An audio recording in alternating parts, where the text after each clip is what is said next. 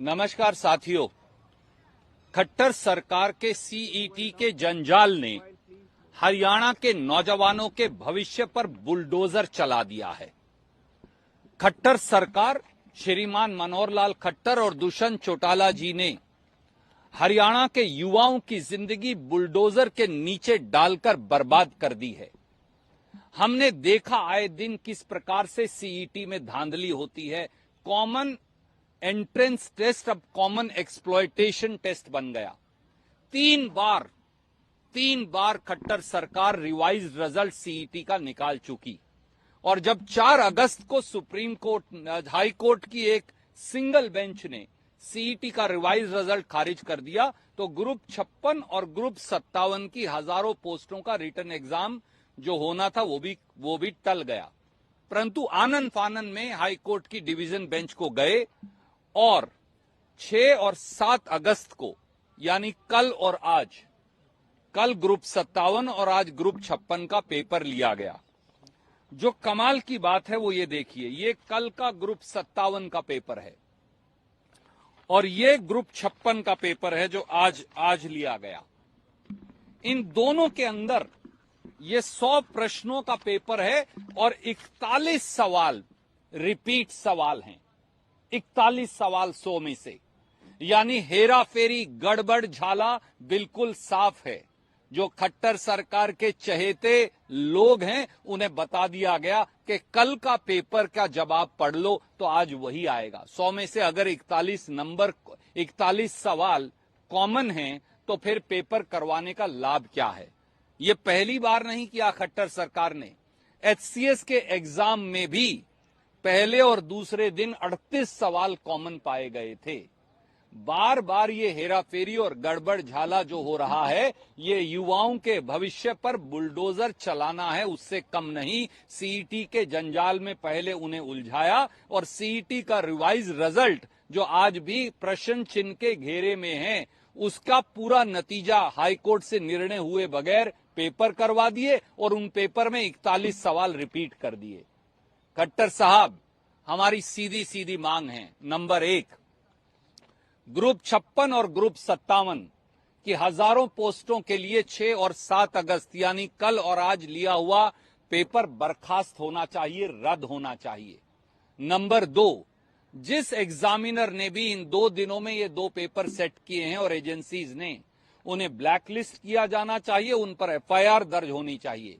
और एचएसएससी हेरा फेरी 60 गांठ service commission को तुरंत प्रभाव से बर्खास्त किया जाना चाहिए। एचएसएससी के चेयरमैन और मेंबर्स को एफआईआर दर्ज कर हथकड़ी लगाकर गिरफ्तार किया जाना चाहिए। और श्रीमान मनोहर लाल खट्टर जी और श्री दुष्यंत चौटाला जी जो आए दिन लाखों युवाओं के भविष्य से खेल रहे हैं, उनकी संदिग्ध भूमिका की एक सिटिंग हाईकोर्ट जज से जांच होनी चाहिए।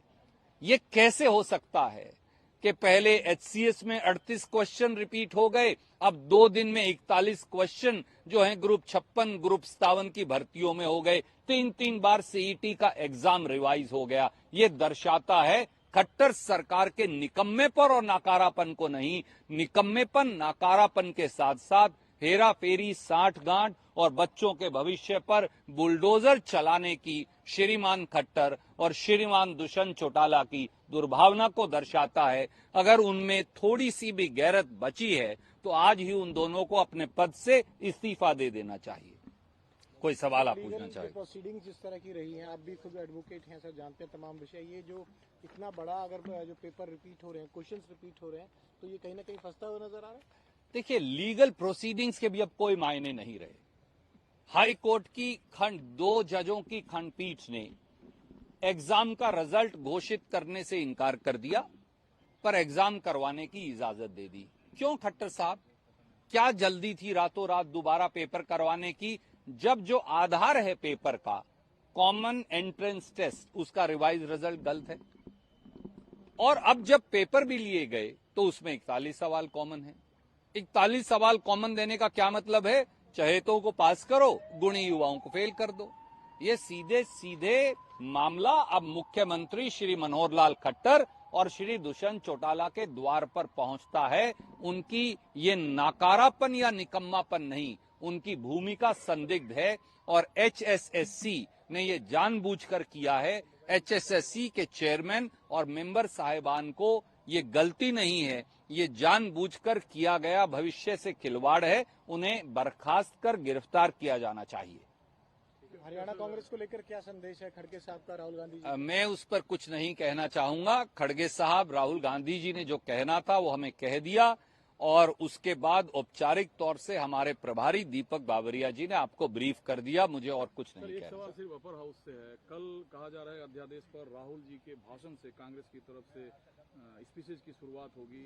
कल क्या नजारा रहेगा उसका? देखिए, प्रजातंत्र की सबसे बड़ी आवाज, सत्य की सबसे बड़ी गूंज श्री राहुल गांधी जी को नरेंद्र मोदी जी ने कुछ समय के लिए गैर कानूनी तरीके से जबरन संसद से बाहर तो कर दिया, पर संसद के गलियारे सूने थे।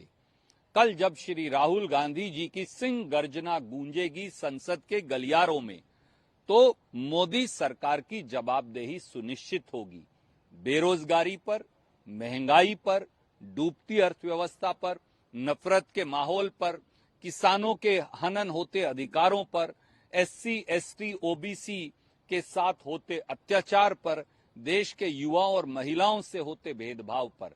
और इंतजार करिए, क्योंकि अब मोदी सरकार बच नहीं पाएगी। धन्यवाद। पहले अनुराग ठाकुर ने तेज हमला बोला, सीधे चीन से कनेक्शन जोड़ा कांग्रेस पार्टी का, राहुल गांधी का। वो अपना राजनीतिक और मानसिक दोनों संतुलन खो बैठे हैं, इसीलिए ये कह रहे हैं।